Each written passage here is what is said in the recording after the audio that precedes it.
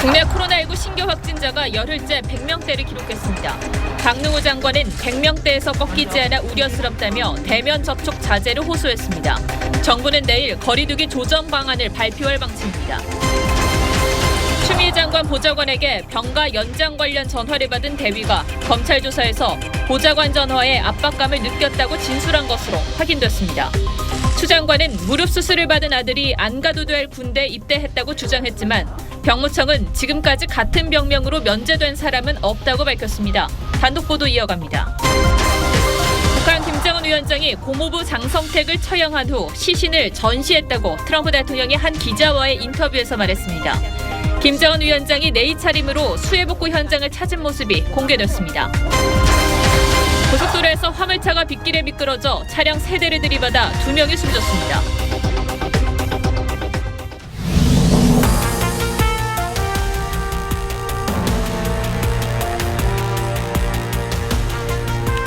여러분 안녕하십니까? 박정훈입니다. 수도권의 2.5단계 거리두기 조치가 2주째 이어지고 있지만 코로나 확진자는 열흘째 100명 이상 발생했습니다.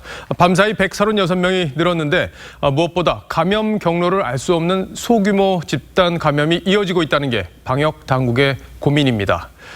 박능후 보건복지부 장관은 매우 우려운 상황이라고 말했습니다. 정부는 내일로 끝나는 수도권의 강화된 거리두기 조치를 재연장할지 여부 내일 발표합니다. 우리 생활에 많은 변화를 주는 발표여서 관심이 큰데 오늘 첫 소식 임서인 기자가 보도합니다. 서울에서 새로 발생한 집단 감염은 강남구의 한 마스크 수출업체에서 나왔습니다. 지난 8일 첫 확진자가 발생한 이후 접촉자 조사 과정에서 9명이 추가 양성 판정을 받았습니다. 접촉자가 20명인데 그중에 밀접 접촉자가 18명이어서 자가격리 조치했고요.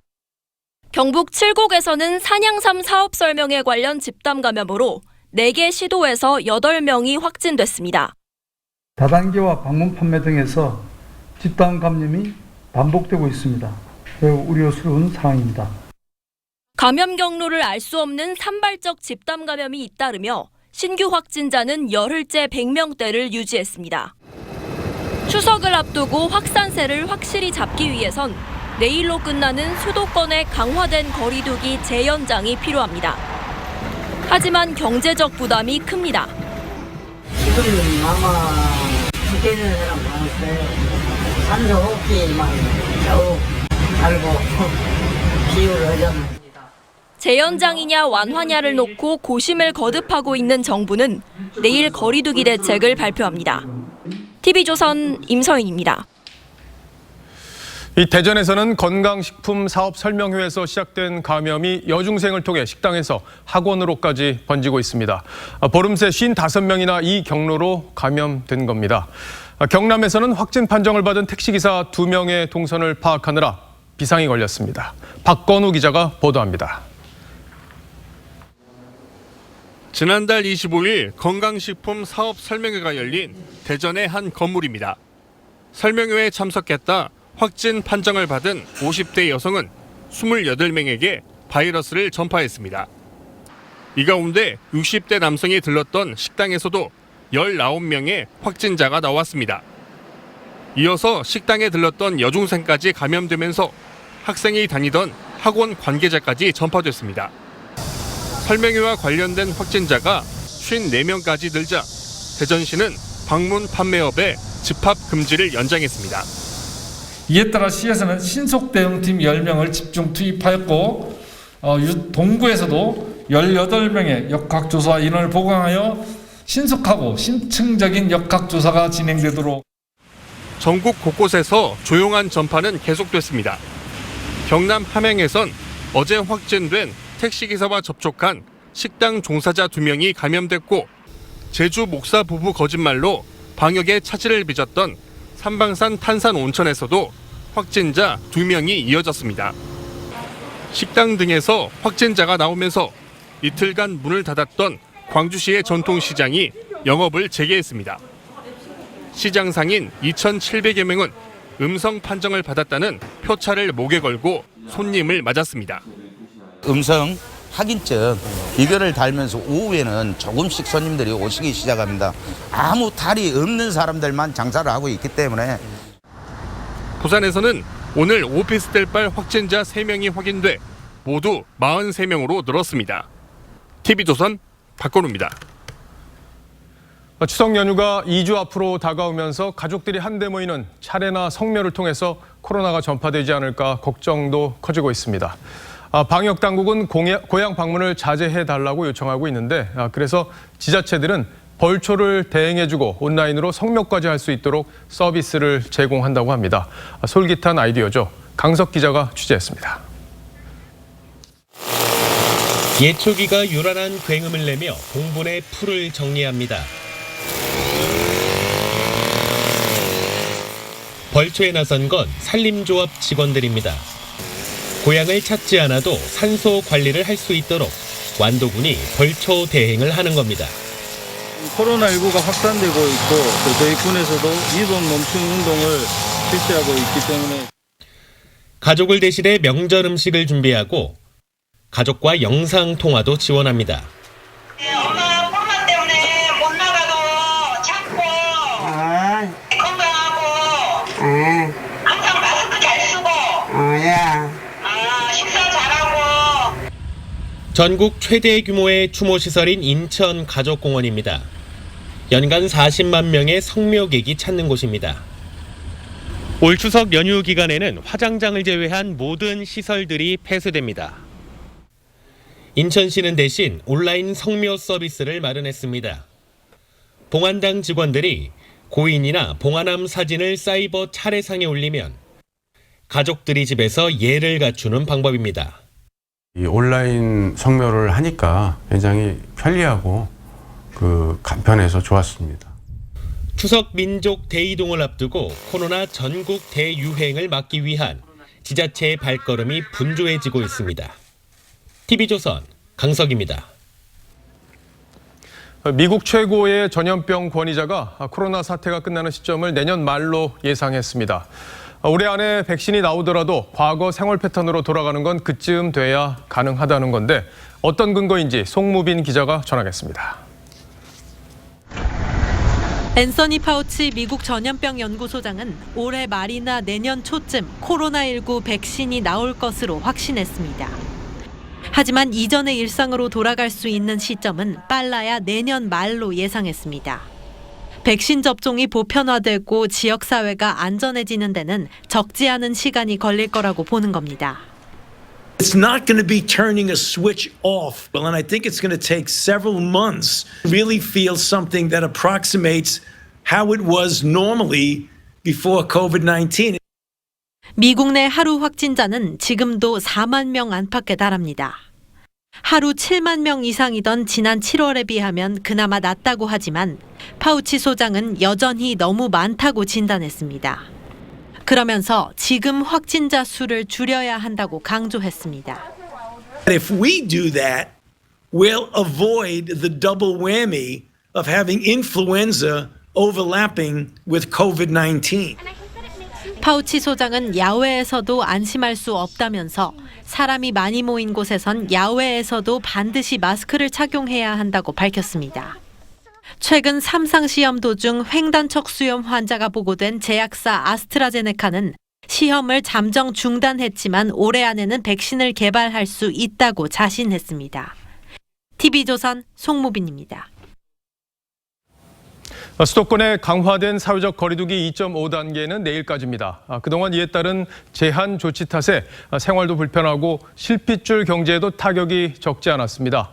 2주간 시행에도 코로나 확산세를 확실히 잡지 못하면서 방역당국은 연장 여부를 고심하고 있는데 결과에 따라서는 우리 생활에 큰 변화가 오게 됩니다. 어떤 변화가 있을지 최원영 기자와 함께 지금부터 자세히 짚어보겠습니다. 자, 2.5단계를 그대로 연장하는 데 대해서 정부가 부담을 느끼고 있는 거죠? 네, 그렇습니다. 이 방역이냐 경제냐를 두고 선택해야 하는데요. 이 현재 거리두기 2단계, 이른바 2.5단계 조치로 영업 제한을 받는 시설이 이 40만 개가 넘습니다. 음식점 등은 저녁 9시 이후 이 매장 내 취식이 금지됐고, 프랜차이즈 커피숍과 제과 제빵점, 빙수점 등은 낮에도 포장, 배달만 허용되고 있습니다.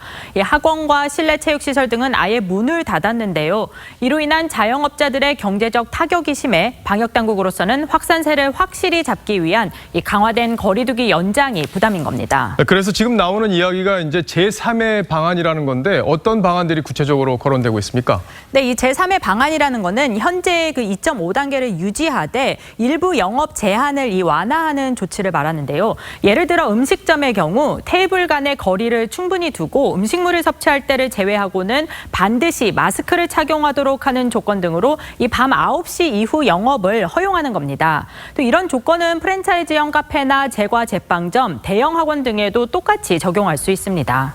그러니까 어제 당국이 연장하는 여부를 논의를 했다고 하던데 완화하는 쪽으로 구체적으로 논의가 진전이 된 건 분명한 건가요? 네, 이 어젯밤에 생활방역위원회 비공개 회의가 열렸는데요. 여기서 다수 위원들은 경제적 피해 등을 우려해 완화 의견을 낸 것으로 알려졌습니다. 또 맞춤 방역을 해야 한다는 의견도 있었던 것으로 전해졌는데 이런 기류를 반영해 이 대전시는 오늘 정부보다 앞서 노래방 등 일부 고위험 시설까지 월요일부터 집합금지를 해제하는 결정을 내리기도 했습니다. 근데 이제 정부 입장에서는 추석 명절을 앞두고 방역 조치를 완화하는 게 적지 않은 부담이 있을 텐데 이 자칫하면 방역 심리를 무너뜨릴 수도 있다 이런 걱정을 지금 하고 있는 거잖아요. 네, 그렇습니다. 이 정부 입장에서는 이 현재 이 수도권 상황이 지난 2월 그 대구 신천지 사태보다 훨씬 더 좋지 않다면서 이 방역 수칙을 지켜줄 것을 당부하고 있는데요. 먹고 마실 때는 말없이, 말할 때는 마스크 쓰고라는 이 생활 방역 포어를 소개하기도 했습니다. 또 거리두기 2.5단계를 유지하더라도 이 시간이 지날수록 효과가 떨어지는 것도 문제인데요. 이 실제 휴대전화를 통해 분석한 주말 이동량은 늘고 있는 추세입니다. 예, 뭐 결국에는 국민들이 생활 속에서 이 방역 수칙을 철저하게 지키는 것이 더 중요하겠군요. 최원영 기자, 잘 들었습니다. 네.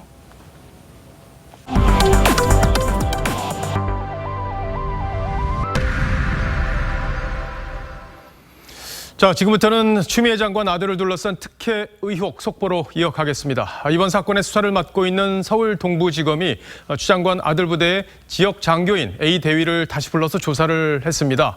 그런데 이 대위가 당시 추 장관 보좌관의 전화를 받고 심리적인 압박감을 느꼈다고 진술한 것으로 저희 취재 결과 확인됐습니다. 여당에서는 청탁이 아니라 단순한 문의라고 해왔는데 법조계 일각에서는 부정청탁 혐의가 성립될 수도 있다 이런 해석도 나오고 있습니다. 권영석 기자가 취재했습니다. 동부지검은 지난 9일 추미애 장관 아들 휴가 미복귀 의혹 사건 당시 상급부대 인사장교로 복무하던 A 대위를 조사했습니다. 3개월 만에 재조사입니다. A 대위는 추 장관 보좌관과의 통화 사실을 인정하면서 특히 외부에서 전화를 받아 압박감이 컸다고 진술한 것으로 확인됐습니다. 이는 휴가 연장 절차만 문의했다는 육군 측 설명과는 거리가 있는 대목입니다. A 대위는 첫 번째 조사에서 추 장관 보좌관에게 전화를 받았다고 진술했지만 이 내용이 검찰 조서에서 빠져 논란이 되기도 했었습니다. 당시 카투사 부대 최고 책임자였던 이철원 대령도 서 씨와 관련해 여러 경로에서 압력이 들어왔다고 밝히기도 했습니다. 최초 그 분류부터 막 했고 저 경제올림픽 할 때 막 압력 들어왔던 막 이런 것을 제가 다 안 받아들였지만 검찰은 조만간 해당 보좌관을 불러 추 장관으로부터 지시를 받았는지 여부 등을 조사할 방침입니다. TV조선 권영석입니다. 추미애 장관은 무릎 수술을 받은 아들이 다시 신체 검사를 받았다면 면제 판정을 받고 군대 안 갈 수도 있었다고 말한 바 있습니다. 한 여당 의원은 이 발언을 인용하면서 칭찬받을 사람을 비난하고 있다 이렇게 이야기했죠. 이 말이 사실인지 저희가 병무청에 취재를 해봤는데 추 장관 아들이 수술을 받았던 그 질환으로 군 면제를 받은 사례는 단 한 건도 없었던 것으로 확인됐습니다. 차정승 기자가 단독 취재했습니다. 추미애 장관의 아들 서모 씨는 입대 1년 7개월 전 슬개골 연골 연화증과 추벽 증후군 진단으로 왼쪽 무릎 수술을 받았습니다. 이 때문에 추 장관은 아들이 안 갔어도 될 군대를 갔다고 말했습니다. 제가 국회의원이 아니었더라면 아마 다시 신검을 받았으면 군대를 안 가도 됐는데요. 여권에서도 추 장관 말을 그대로 되풀이했습니다. 군에 안 갈 수 있는 사람인데도 불구하고 군에 갔다는 사실 자체가 그게 상찬되지는 못할 망정. 하지만 이 같은 주장은 사실이 아닌 것으로 드러났습니다. 국민의힘 윤한홍 의원실이 공개한 병무청 답변서를 보면 서 씨와 같은 진단으로 군 면제를 받은 사례가 단 한 명도 없는 걸로 확인됐습니다. 병무청 규정에 따르면 해당 무릎 질환으로는 면제인 5급과 6급을 받는 것 자체가 불가능하기 때문입니다. 중등도 이상이라도 4급 사회복무에 해당합니다. 그게 면제면 대한민국에 군대 갈 애들이 그냥 한 10%로 줄어요. 대한민국의 정형외과 의사들한테 100이면 100 다 물어보십시오. 뭐?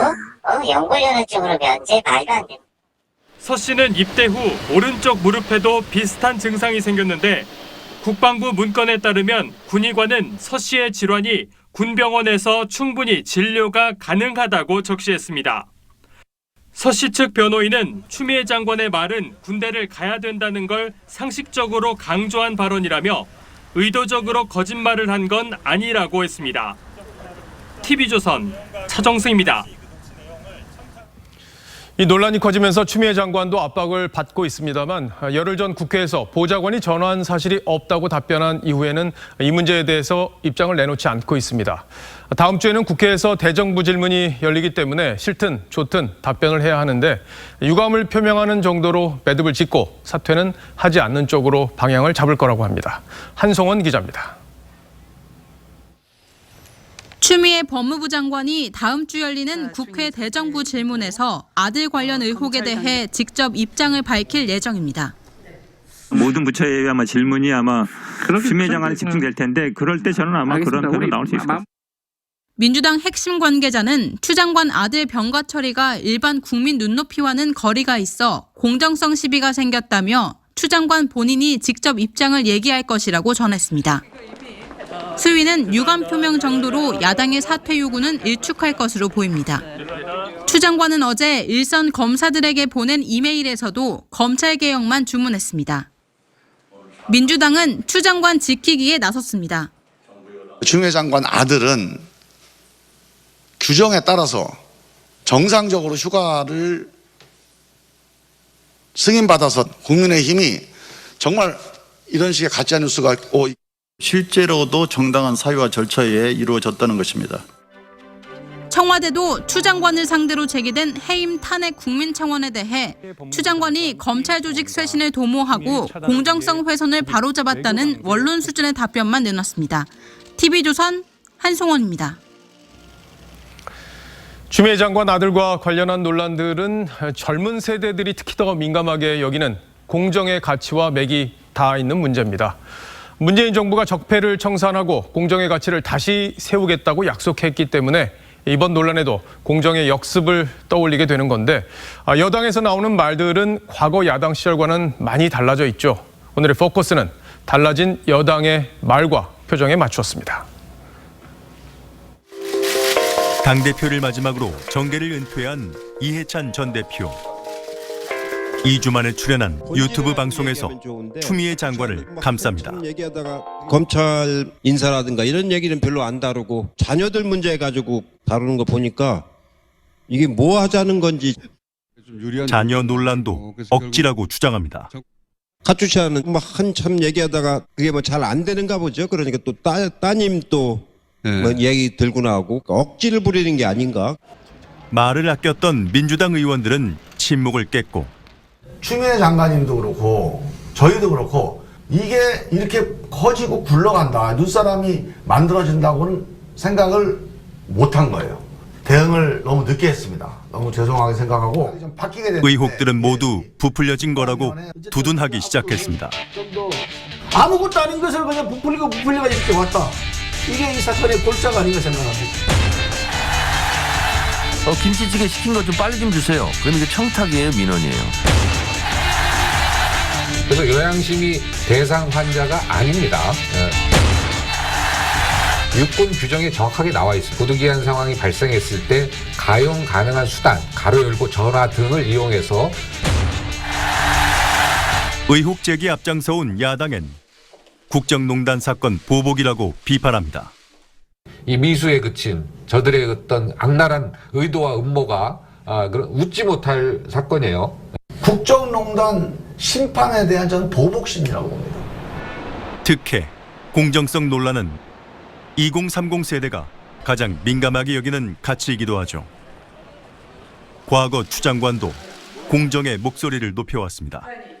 박찬주 육군대장 후보가 보여준 고위 간부의 갑질 행태는 보통 사람이 그 시절에 두드러기로 군대 안 가겠다고 떼쓰기라도 했다면 어른들한테 뺨을 맞았을 일이다라는 것이.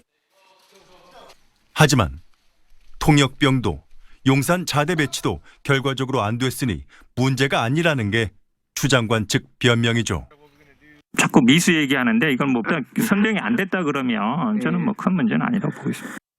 한때 내부 고발자를 추켜 세웠던 추 장관. 이번엔 아들의 보직 청탁 의혹을 폭로한 이철원 예비역 대령을 검찰에 고발했죠.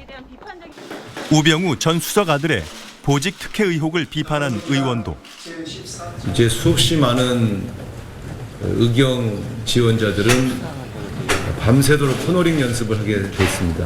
변명을 해도 참 어이없는 변명들을 하고 있습니다. 카투사가 편한 군대라 논란의 의미가 없다고 했다가 구설에 휩싸였습니다. 추 장관을 지키기 위해 말을 뒤집어야 하는 여당의 복잡한 속내는 뭘까? 정권을 가져가려고 하는 그런 작업 아니겠습니까? 그건 꿈이죠, 꿈. 공정과 정의를 강조하며 촛불의 힘으로 집권한 여당이지만 유독 조국, 추미애 두 법무장관의 특혜 논란에는 눈을 감고 있는 건 아닌지. 뉴스7 포커스였습니다. 네, 다음 뉴스입니다. 북한 김정은 위원장이 고모부인 장성택을 처형했다는 사실은 알려졌지만 그 방식은 공개되지 않았었죠. 처형된 고모부의 시신을 간부들이 보도록 전시한 걸로 알려졌습니다. 트럼프 미국 대통령은 김 위원장에게 직접 들었다며 이 사실을 전했습니다. 유혜린 기자입니다. 2013년 12월 북한은 김정은 위원장의 고모부이자 2인자인 장성택의 체포 장면을 이례적으로 공개하며 처형했다고 발표했습니다. 반당 반혁명 정파 일당을 적발수총함으로써 당과 혁명 대우가 더욱 굳건히 다져지고 이직 후 장성택이 고사포로 처형됐다는 등의 뒷이야기가 나왔지만 그동안 공식적으로 밝혀진 건 없었습니다. 워터게이트 특종기자 밥 우드워드는 새로 출간한 저서 경로에서 트럼프 대통령이 김 위원장으로부터 장성택의 처형과 관련한 모든 것을 들었다고 적었습니다. 트럼프에게 장성택의 시신을 고위 간부들이 사용하는 건물의 계단에 전시했다고 김 위원장이 직접 설명해줬다는 겁니다. 북한 고위 관리들에게 본보기를 보이기 위해 처형한 시신을 공개한 걸로 보입니다. AFP 통신은 트럼프가 자신이 김 위원장과 친밀하다는 걸 과시하기 위해 이 얘기를 했을 거라고 분석했습니다. 우드워드는 책에 지난해 2월 하노이 회담 이야기도 담았습니다. 당시 트럼프가 영변을 포함한 5곳의 핵시설을 포기하라고 요구했는데 김 위원장이 이를 받아들이지 않아 결렬된 거라고 밝혔습니다. TV조선 유혜림입니다. 다소 잔혹한 내용의 앞선 보도와는 달리 오늘 북한은 김정은 위원장이 민심을 챙기는 지도자의 모습을 부각시켰습니다. 네이만 입은 채 수해복구 현장을 지도하는 모습이었는데 북한의 내부 민심이 심상치 않다는 방증으로 보입니다. 김수훈 기자입니다. 김정은 위원장이 나타나자 건설공사에 투입된 군인들이 두 손을 번쩍 들어 반깁니다. 김 위원장은 윗옷을 벗어젖히더니 불룩한 배를 드러낸 채 반팔 내의 차림으로 현장 지도를 이어갑니다. 김 위원장이 황해북도 수해 현장을 찾은 건 지난달 7일 이후 한 달여 만입니다. 무한히 충직한 인민군대가 있는 한 그 어떤 자연재해도 재앙도 우리 인민의 행복과 웃음을 앗아가지 못한다고. 이어 침수된 논을 찾은 김 위원장은 별을 뽑아 직접 씨알을 관찰하고 생육 상태가 시원치 않다며 우려를 표했습니다. 황해도는 북한 최대의 쌀 생산지, 연이은 태풍 피해로 식량난 심화 우려가 커지는 상황입니다. 그만큼 이번 태풍 피해가 큰 곳이고 그것이 북한 체제 안정에 대단히 위협적인 요소라는 것을 증명해 주는 것 같습니다. 지난 5일 9호 태풍 마이삭의 피해를 입은 함경남도를 찾았을 땐 이례적으로 전용 열차 내 간부 회의 모습을 공개하고 노동당 고위급인 당 위원장을 현장에서 해임하기도 했습니다. 김 위원장의 민생 행보 연출이 부쩍 잦아지는 건 북한의 취약한 재난 대비 시스템과 동요하고 있는 민심의 방증이란 해석이 나옵니다. TV조선 김수홍입니다. 네, 치킨 배달을 하던 50대 가장을 숨지게 한 음주운전자를 엄벌해달라는 청원에 50만 명이 동의했습니다. 얼마 전에는 대낮 음주운전으로 6살 아이가 숨지는 일도 있었습니다. 윤창호법으로 음주운전 처벌을 강화했는데도 안타까운 피해가 끊이질 않습니다. 노도일 기자입니다. 4차선 도로 한가운데 형체를 알 수 없을 정도로 찌그러진 오토바이 한 대가 넘어져 있습니다. 오토바이의 주인은 새벽 치킨 배달을 하던 50대 가장 A씨. A씨는 음주를 하고 역주행한 30대 여성의 차에 치여 숨졌습니다. A씨의 딸이 엄벌을 촉구하는 국민청원을 올리자 오늘까지 동의만 50만 명을 돌파했습니다. 여성 운전자에 대해 구속영장을 신청했던 경찰은 남성 동승자도 음주운전 방조 혐의로 입건했습니다. 승용차 한 대가 가로등을 들이받자 그대로 쓰러집니다. 사고 당시 이곳에 있던 가로등이 이쪽 패스트푸드점 안으로 쓰러지며 이곳에 서 있던 6살 아이를 덮쳤습니다. 여자 비명소리 같은 게 들려가지고 나가보니까 애기 엄마가 애기 이렇게 안고 이렇게 울고 계셔. 이 사고로 아이는 병원으로 이송됐지만 숨졌습니다. 당시 운전자 50대 남성 B씨의 혈중 알코올 농도는 면허 취소 수준이었습니다. 아기가 엄마랑 햄버거를 사 먹으러 갔는데 마스크를 안 가지고 가요. 마스크를 안 싸고 왔으니까 넌 밖에서 기다려라. 그 차가 그때 딱 경찰은 윤창호법을 적용해 B씨를 구속해 수사 중입니다. TV조선 노도일입니다. 어젯밤 고속도로에서 빗길에 미끄러진 화물차가 차량 3대를 들이받아 2명이 숨졌습니다. 어린이 28명을 태운 축구단 통학 차량이 연쇄 추돌 사고로 내는 일도 있었습니다. 사건 사고 소식 신유만 기자가 보도합니다. 1톤 화물차 앞부분이 심하게 찌그러지고 범퍼가 떨어져 나갔습니다. 어젯밤 11시쯤 경부고속도로 서울 방향 수원 나들목 근처 빗길에 미끄러진 1톤 화물차가 가드레일을 들이받은 뒤 화물차 2대와 고속버스 1대를 잇따라 들이받았습니다. 1톤 화물차 운전자 50대 홍모 씨와 동승한 아내 김모 씨가 병원으로 옮겨졌지만 결국 숨졌습니다.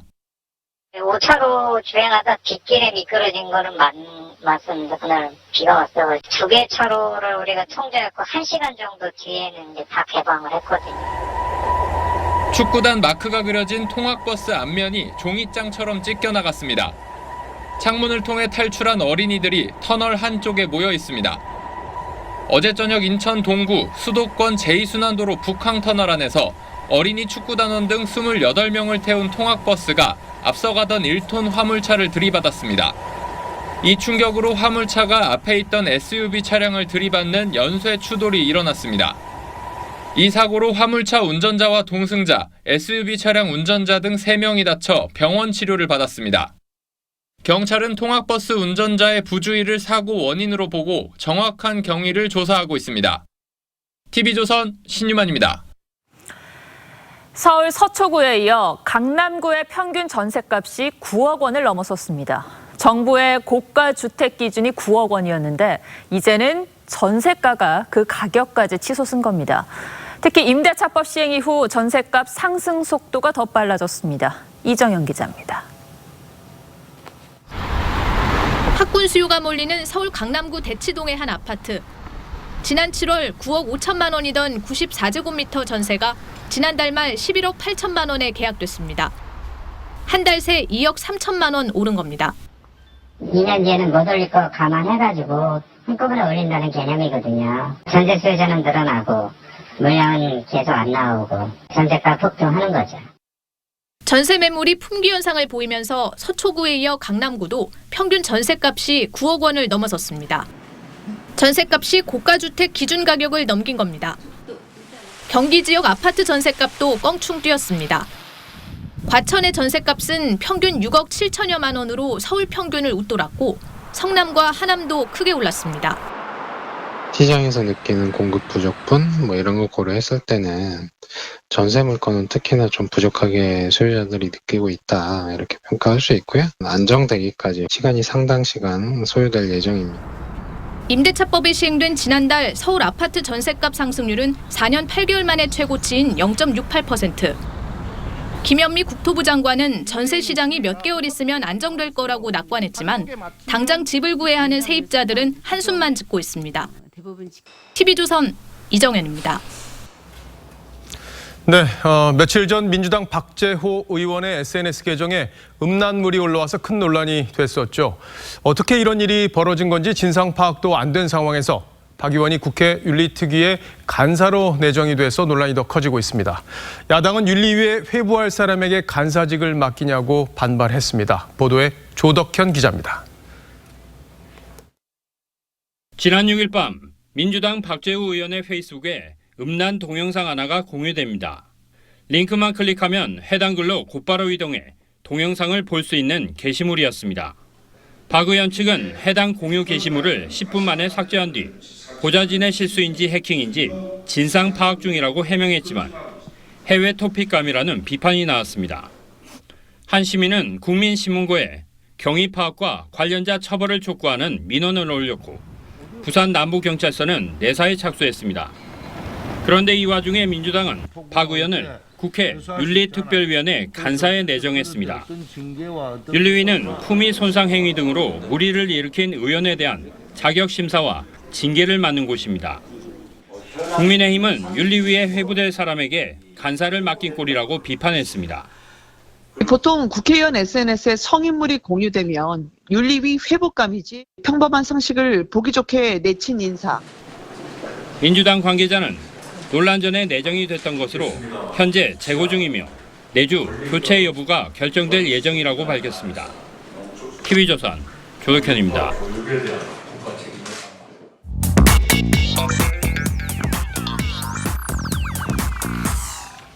뉴스야 시작합니다. 정치부 김정우 기자 나와 있습니다. 자, 첫 번째 물음표부터 보죠. 예, 첫 번째 물음표는 뜬금없는 진짜 사나이 경쟁으로 하겠습니다. 예, 뭐 노래까지 나오네. 예. 자, 지금 추미애 장관 아들과 관련해서 정치권에서 이제 공방이 뜨거운데 진짜 사나이 경쟁 이건 뭔가요? 어제 그 국민의힘 주영 원내대표가 내부 공지를 했는데 여당이 추 장관 의혹을 물타기 시도한다. 제대한 자녀들의 군 복무 시절 사진을 공유해달라 이런 내용이었습니다. 그래서 곧바로 수많은 사진이 모였다고 하는데요. 저희가 지금 몇 장을 받아봤습니다. 보시겠습니까 한번? 좀 누군지 좀 알아보시겠습니까 혹시? 왼쪽 사진을 보니까 주호영 원내대표 딱 금방 알겠네요. 예. 오른쪽은 혹시 아시겠습니까? 오른쪽 잘 모르겠습니다. 미안합니다. 그 이달곤 의원인데 해병대 죄송합니다, 이 의원님. 해병대 출신이라서 저렇게 딱 올렸습니다. 예. 그리고 그 외에도 뭐 백종훈 의원은 자기가 이제 그 백골부대 출신이라고 사단장 출신인 신원식 의원한테 보고 드립니다. 뭐 이렇게도 했답니다. 예. 뭐 자녀들 사진도 올리라고 했다고 하던데 올라온 게 있습니까? 예, 보시는 것처럼 많이 올라와 있습니다. 의원들 허락을 받고 얼굴도 공개를 하는데요. 뭐 해병대도 꽤 있고 카투사도 보이고 여러 사람이 보입니다. 예. 뭐 추미애 장관 아들 논란이 이제 엉뚱한 방향으로 지금 불똥이 튀고 있긴 한데 사실 여권에도 군 생활 열심히 한 분들이 많이 있잖아요. 좀 속으로 좀 답답하겠어요. 예, 마침 진중권 전 그 교수도 좀 처지가 완전히 뒤바뀌었다. 옛날에는 민주당 사람들이 이런 사진을 올렸는데라고 했는데요. 뭐 우선 문재인 대통령 특전사 출신으로 굉장히 사진이 유명하잖아요. 예, 그렇죠. 그리고 뭐 이낙연 대표도 카투사 출신이고 전재수 의원은 보신 것처럼 해병대 출신입니다. 또 이렇게 아들이 말년휴가 나와서 유세 지원한 사진도 있고요. 김병주 의원은 사성 장군의 대장 출신입니다. 그래서 민주당 의원들 입장에서도 릴레이 하고 싶은 마음은 굴뚝 같을 텐데 사실 이번 인증 사진의 계기가 된 게 민주당 김남국 의원의 발언이었습니다. 그 추 장관을 향한 그 야당 공세에 군대를 안 다녀오신 분들이 많아서 그런 것으로 간주하겠다 이렇게 반박을 했는데요. 알고 보니까 민주당의 군면제 사례가 국민의힘보다 한 3배 더 많은 걸로 나타났죠. 그래서 이런 뜬금없는 경쟁이 벌어진 겁니다. 예, 물론 뭐 민주당 의원 수가 국민의힘 의원보다 훨씬 많긴 하니까 미필자가 더 많을 수도 있긴 하겠어요. 자, 첫 번째 물음표 정리해보죠. 네, 첫 번째 물음표 뜬금없는 진짜 사나이 경쟁의 느낌표는 헌법 제39조로 하겠습니다. 모든 국민은 국방의 의무를 진다 이런 조항인데요. 야당의 인증 릴레이에 군대 다녀온 것이 자랑이 된 이상한 나라가 되었다 이런 반응이 나옵니다. 뭐 당연한 국방 의무를 두고 자녀를 안 보내서 모른다고 정치 공세하는 여당이나 아니면 자녀를 보냈다고 인정하는 야당 그리고 원인 제공자가 돼버린 법무부 장관 모두 국민들이 보기엔 답답한 현실이 아닐까 합니다. 예, 답답하죠. 노무현 전 대통령이 얘기했다는 반축과 특권이 없는 세상. 여기로 가는 길이 그렇게 평탄해 보이진 않습니다. 자, 두 번째 물음표로 가보죠. 예, 두 번째 물음표는 김현미의 네가 사는 내 집으로 하겠습니다. 예, 내 집에 내가 산다? 예, 무슨 얘기입니까? 지난번 그 부동산법이 급박하게 통과되고 시행되는 과정에서 가장 당황했던 경우가 전세를 끼고 집을 산 분들 중에 세입자 보호 조항 탓에 갈 곳이 없어진 분들입니다. 그런 사람들이 있어요? 예, 그래서 어제 국토위에서 마침 이 문제를 지적하는 발언이 있었는데 여기에 대한 김현미 국토부 장관의 답변이 더 큰 논란이 나왔습니다. 한번 들어보겠습니다. 2년에서 4년으로 늘어났다는 것을 전제로 세입자가 있는 집의 매매 거래는 이루어지는 것으로 이제 앞으로 4년까지 살 수 있는 집을 사지 말라는 말씀이시네요. 지금도 2년짜리 세를 끼고 집을 다 사고 팔지 않습니까? 근데 그런 식으로 거래 양태가 바뀐다는 얘기이지. 좀 복잡한 얘기긴 한데 좀 정리를 해보면 전세를 끼고 있는 그 집을 이제 어떤 사람이 자기가 실거주하려고 살려고 했을 때 당장 상황만 보지 말고 미래까지 내다보고 사야 된다 뭐 이런 취지의 얘기인 거잖아요. 예, 4년 뒤까지 보라는 건데 그 임대차 3법이 통과되기 직전에 이미 계약을 했는데 기존 세입자가 저 2년 더 살겠습니다. 이렇게 얘기를 해버리면 결국 자기가 살 집인데도 못 들어가는 그런 상황이 된 겁니다. 그러니까 법이 바뀌어서 그 세입자의 어떤 권리를 보장해주게 됐기 때문에 그렇게 됐다는 거잖아요. 그래서 고사에 끼인 사람들이 된 건데요.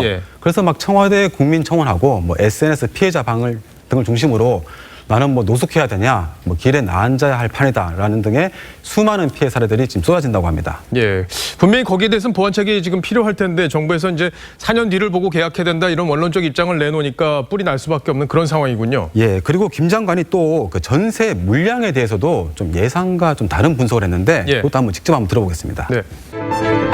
언론 보도하고 실제 저희가 확보한 통계 수치하고가 많이 다릅니다. 서울 같은 경우도 말씀하신 것처럼 이 전세 거래량이 이제 줄었다 이렇게 얘기를 하는데 이게 예년에 비해서는 이게 적지 않은 숫자입니다.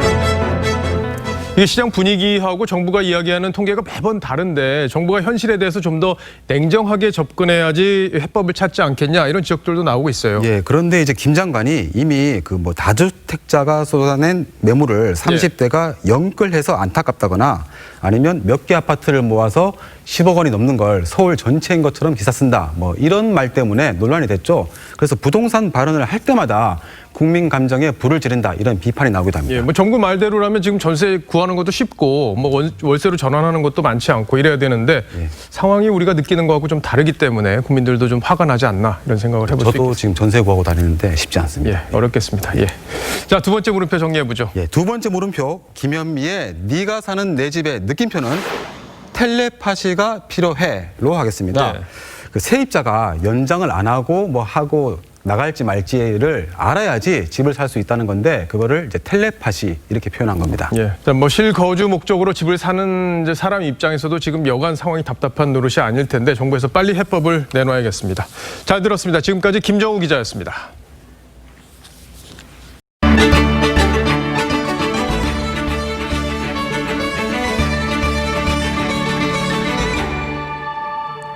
두 원숭이에게 돌멩이를 주워오는 일을 똑같이 시켰습니다.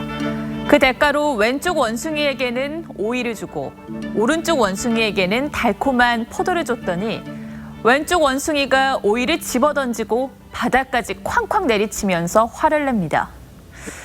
동물도 불공정함을 느끼면 분노하고 보상마저 거부한다는 걸 보여준 유명한 실험입니다. 연구팀은 불공정에 대한 인간의 감정적 반응, 즉 분노는 본능이라고 해석했습니다. 이 사실을 누구보다 잘 알고 공식 석상에서 2번씩 언급하며 공정을 강조한 사람이 있습니다. 논어와 목민심서에서 불환빈 환불균, 불환빈 환불균이라는 논어의 구절처럼 국민들은 배고픔보다 불공정한 것에 더 큰 분노를 느낀다고. 요즘 추 장관 아들 병역 특혜 의혹에 불공정함을 느낀 젊은 층이 부글부글 끓고 있습니다. 군에서 아들을 잃은 엄마가 남긴 이 글귀에서는 애통을 넘어 울분이 느껴집니다. 앞에서는 공정을 외치면서 뒤로는 자신의 지위와 권력을 이용한 엄마 찬스를 쓴 건 아닌지 국민들은 묻고 있는 겁니다. 아들 서 씨가 카투사에 복무했을 당시 부대 최고 책임자는 용산 배치 여부를 물어왔다. 통역병으로 뽑아달라. 이러한 부탁이 여러 번 있었다고 고백했습니다. 이러한 행위들이 불공정인 걸 몰랐다면 특권의식에 젖었던 것이고 알았는데도 지금 와서 부인한다면 모렴치한 게 아닐까요? 권력의 권은 권세권, 저울권이라고도 합니다. 나무목과 황새관이 합쳐진 글자로 황새가 나뭇가지 위에 균형을 잡고 서 있는 모습에서 만들어져 저울의 의미로 확장됐다고 해석합니다. 권력은 균형을 유지하고 기울어진 저울추를 바로잡는 데 사용하라는 의미일 테죠. 그런데 고장난 저울을 바로잡아야 할 전현직 법무장관마저도 불공정 논란으로 얼룩져 있으니 국민은 누구를 믿어야 할지 모르겠습니다. 앵커가 고른 한마디는 불환빈 환불균이었습니다.